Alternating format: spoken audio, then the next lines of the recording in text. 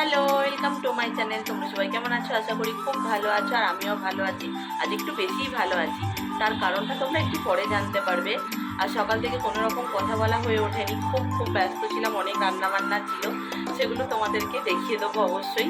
করে রেখেছি ভিডিওটা, কিন্তু যেহেতু কথা বলা হয়নি তাই জন্য আর দেখাতে পারিনি। যাই হোক, ভাবলাম আজ বিকেল থেকে আমি আমার ব্লগটা শুরু করি। এখন ঘড়িতে 6:45 মতন বাজে।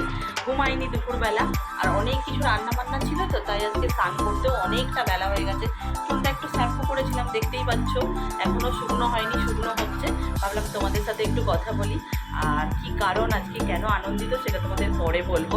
আগে কি রান্নাবান্না করেছি চলো সেগুলো দেখে নাও, পরে বাকি কথাগুলো তোমাদের বলছি। চলো তাহলে পরে আবার তোমাদের সাথে দেখা হচ্ছে। ভিডিওটা কাউকে ছোট করার জন্য করছি না, রোজ যা মেনু হয় তোমাদের সাথে শেয়ার করি, তাই আজকেও করছি। অনেক লোক বলে যে আমরা নাকি আলু ভাতে ভাত খাই।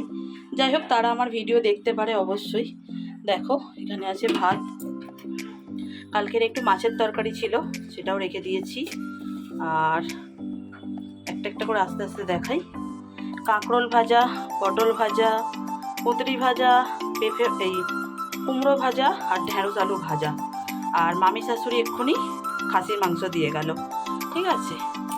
আর এখানে আছে একটু পুঁই শাক। মানে কত দেখাবো তোমাদেরকে, আজকের হয়তো এই মেনু দেখাতে গিয়ে ভিডিওটা 1 মিনিটের বেশি হয়ে যাবে। এখানে আছে একটু তেল চচ্চড়ি, এটা কালকের। আর এখানে আছে মাছ, আলু, কলা দিয়ে ঝোল। এখানে আছে মাছের মাথা দিয়ে ডাল। এই হচ্ছে আজকে আমাদের দুপুরের লাঞ্চের মেনু। কেমন হয়েছে সবাই জানিও। দেখো বন্ধুরা, হালকা করে একটু রেডি হয়ে নিয়েছি, তেমন কিছু না, শুধু জাস্ট জামাটা পরেছি। যাচ্ছি এখন একটু বাস স্ট্যান্ডে। কেন যাচ্ছি সেটা তো তোমাদের পরে জানাবো, আগে চলো ঝটপট যাই। যদিও ফোন করেনি, অনেকক্ষণ আগে ফোন করেছিল, তাও ভাবলাম যাই, দেখা হয়ে যাবে নিশ্চয়ই। চলো তাহলে যাওয়া যাক। হাঁটতে হাঁটতে চলে এসেছি বাস স্ট্যান্ডে। আমাদের বাড়ি থেকে স্ট্যান্ডটা একটু দূরেই, তাই জন্য সময় থাকতেই চলে এলাম। আর আমি আসলে এক্সাইটেড হয়ে পড়েছি বাপি আর মা কখন আসবে, তাই হয়তো আগেই পৌঁছে গেছি। এখন দাঁড়িয়ে দাঁড়িয়ে রাস্তার মানুষজন দেখছি, গাড়ি ঘোড়া দেখছি, দেখা যাক ওরা কখন আসে। আর আজ না প্রচণ্ড গরম পড়েছে, মারাত্মক কষ্ট হয়েছে। দেখো বন্ধুরা, চলে এসছে, আলোটা পড়ছে না তো ওই জন্য। অপেক্ষার অবসান ঘটলো, ফাইনালি দেখো বাপি আর মা এসে পৌঁছে গেল, ওদের সাথে আমার দেখা হলো। ফাইনালি সবাই মিলে বাড়ি পৌঁছে গেছি। দেখো বন্ধুরা, আর মাকে খুব সুন্দর একটা শাড়ি পরেছে, যদিও মায়ের একটা অবস্থা খারাপ হয়ে গেছে, তবুও দেখো মায়ের শাড়িটা খুব সুন্দর লাগছে। যাই হোক, এখন রেস্ট নিই, পরে আবার তোমাদের সাথে কথা হচ্ছে। আসার সময় একটু কলার চিপস নিয়ে এলাম।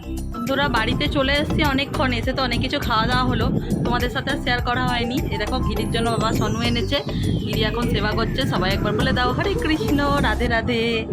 আর এখানে বাপি সন্ধ্যেতে মিষ্টি এনেছে, এটা আমাদের। আর এই যে আমার শাশুড়ি বসে আছে, আমাদের ঘরে গল্প করছে। বাবাকে আর মাকে দেখাচ্ছি না। আর আমি এখানে দেখো বাপিকে দিয়েছিলাম মুড়ি খানিকটা, আর আমিও খানিকটা নিয়ে বসেছি। আর আসার সময় যে কলা চিপস নিয়েছি, বাপি তো বললো ভালো না খেতে। যাই হোক, রাত্রেবেলা কী খাচ্ছি সেগুলো তোমাদের অবশ্যই দেখাবো। আজ বাবা মায়ের বিবাহবার্ষিকী আমাদের বাড়িতে এসেছে, তাই আমার শাশুড়ি মা দেখো ওদের হাতে একটা গিফট তুলে দিচ্ছে, ঠিক আছে।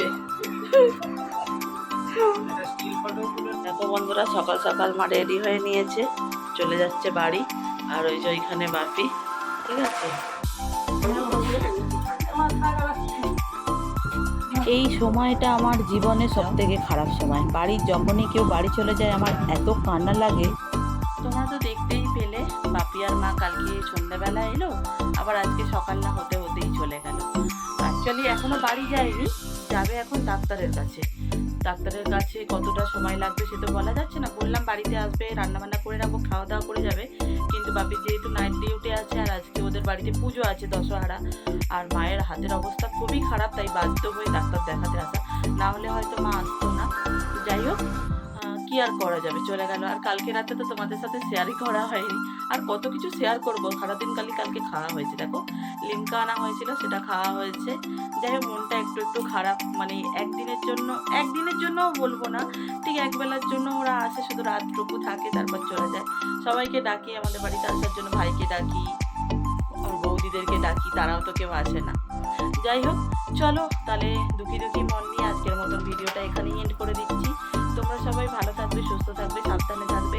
আবার নতুন কোনো ইন্টারেস্টিং ব্লগ নিয়ে তোমাদের সামনে হাজির হয়ে যাব। আর আজকের ভিডিও কেমন লাগলো কমেন্ট করে জানাতে একদমই ভুলো না। চলো আজকের মতন টাটা।